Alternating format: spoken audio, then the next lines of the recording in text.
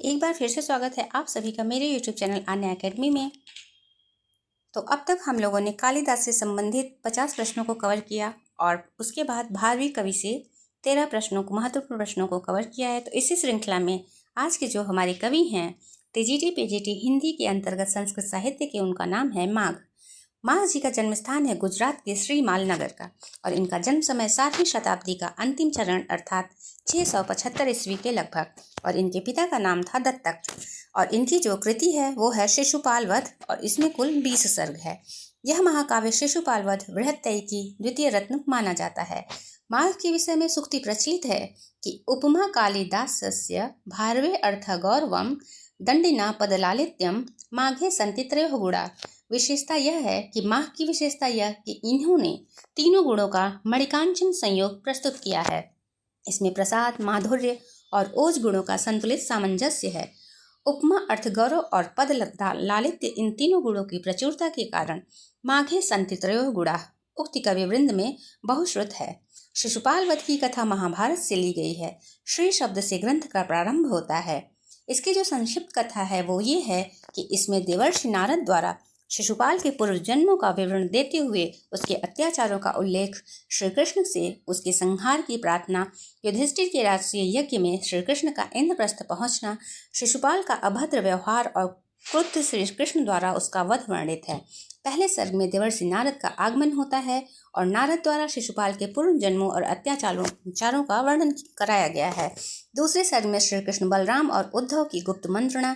तीसरे सर्ग में द्वारका से श्री कृष्ण का इंद्रप्रस्थ के लिए प्रस्थान, द्वारका सेना और समुद्र का वर्णन। और चौथे सर्ग में है रैवतक पर्वत का वर्णन। पांचवां सर्ग है रैवतक पर्वत पर सैन्य शिविर का संस्थापन। छठे सर्ग में है शरण ऋतु वर्णन। सातवां सर्ग है वन विहार वर्णन। आठवां जल क्रीड़ा वर्णन और नवां सायकाल चंद्रोदय श्रृंगार विधानित वर्णन। 10वें सर्ग में है पान गोष्ठी वर्णन और रात्रि क्रीड़ा वर्णन। 11वां सर्ग है प्रभात वर्णन का और 12वां सर्ग है यमुना नदी का वर्णन। 13वें सर्ग में श्री कृष्ण और पांडवों का मिलन। 14वें सर्ग में युधिष्ठिर द्वारा राजसी यज्ञ का प्रस्ताव, श्री कृष्ण की पूजा और भीष्म द्वारा उनकी स्तुति। 15वें सर्ग में है शिशुपाल का क्रुद्ध होना और 16वें सर्ग में है शिशुपाल के दूत का श्री कृष्ण की सभा में उभयार्थक वाक्यों का प्रयोग। और 17वां सर्ग है श्री कृष्ण पक्षीय राजाओं का अत्यंत क्रुद्ध होना और 18वां सर्ग है दोनों सेनाओं का साक्षात्कार और घोर युद्ध का वर्णन। 19वें सर्ग में चित्रालंकार युक्त श्लोकों से विचित्र व्यूह रचना एवं युद्ध का वर्णन। 20वें सर्ग में श्री कृष्ण और शिशुपाल का शस्त्र युद्ध, श्री कृष्ण द्वारा सुदर्शन चक्र से शिशुपाल का वध। रसिक सहृदयों का कथन है कि मेघे माघे गतः वयम्। कवि माघ ने सूर्योदय और चंद्रास्त को देखकर महाकाय हाथी के दोनों ओर लटकते हुए 2 विशाल घंटों की कल्पना कवि ने की है। इस कल्पना की उत्कृष्टता के आधार पर माघ का नाम घंटा माघ पड़ गया। माघ ने शिशुपाल वध के प्रथम 9 सर्गों में अपने अक्षय शब्दकोश का पूर्ण प्रदर्शन किया है। शिशुपाल वध का अंगी रस है वीर रस।